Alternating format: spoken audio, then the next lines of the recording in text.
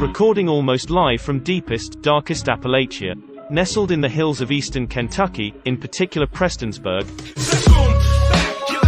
the home of 10,000 holler whores.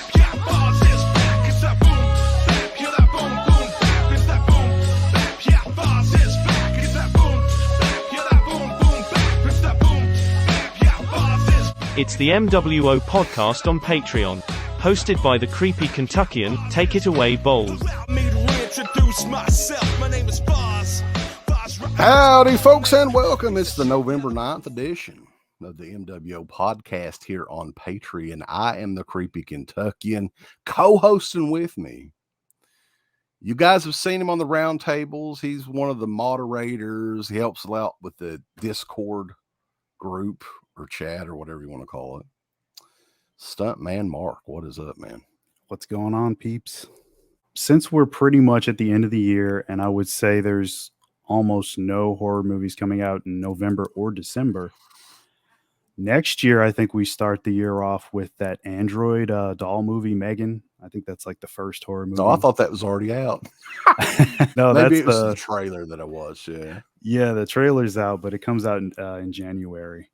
So, Smile making all that money, what do you think about it? Because that's kind of a gimmick horror movie. What do you think about gimmick horror? Is that sort of like the next wave, do you think? Like, if you go back a couple years, even like Unfriended made a lot of money, Truth or Dare made a lot of money, and they're all really like gimmicky horror movies through Blumhouse mostly, even though I think Smile was Paramount.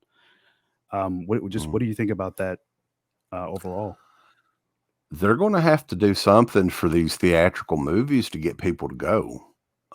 So if it's a gimmick, like, back in the day with, what was it, the Tingler, that they'd install some of this shit in people's seats that would buzz their seats. If it takes stuff like that, I'd say go for it, because honestly, the technology now, the way it is, most of the time you're going to have a better experience watching these movies at home. What can they do in these movies, whether or not it's, if you're doing a Halloween movie, have somebody dressed up as Michael Myers roaming in the theater, something gimmick like that, I think that would I'm down for it if the studios want to do that. I mean, I think that's kind of a good idea. And that was, I think that was the old William Castle way of doing it too. Having the live theatrics while you watch the movie. I always liked that. Yeah, and then they did stuff back in the day too with, like, wasn't it Pieces that gave out barf bags as you're going into the theater? Now, see, I mean, they could have done that with Terrifier, the new Terrifier movie. Yeah. A lot of these movies are going out to way more theaters than they were back in the day, but how much does it cost to just print up a fucking bag that's got Terrifier on it or whatever? Yeah, I think even something like David Cronenberg's The Fly, they gave out like the little antennas, you wear them on your head. I think it's going to have to get to that, because people I think that the streaming thing that they started with, HBO Max did it, and Peacock's kind of doing it now, where a lot of these movies are debuting the same day. Who the hell, unless you're a hardcore fan like me, I went to see Halloween Ends in the theater.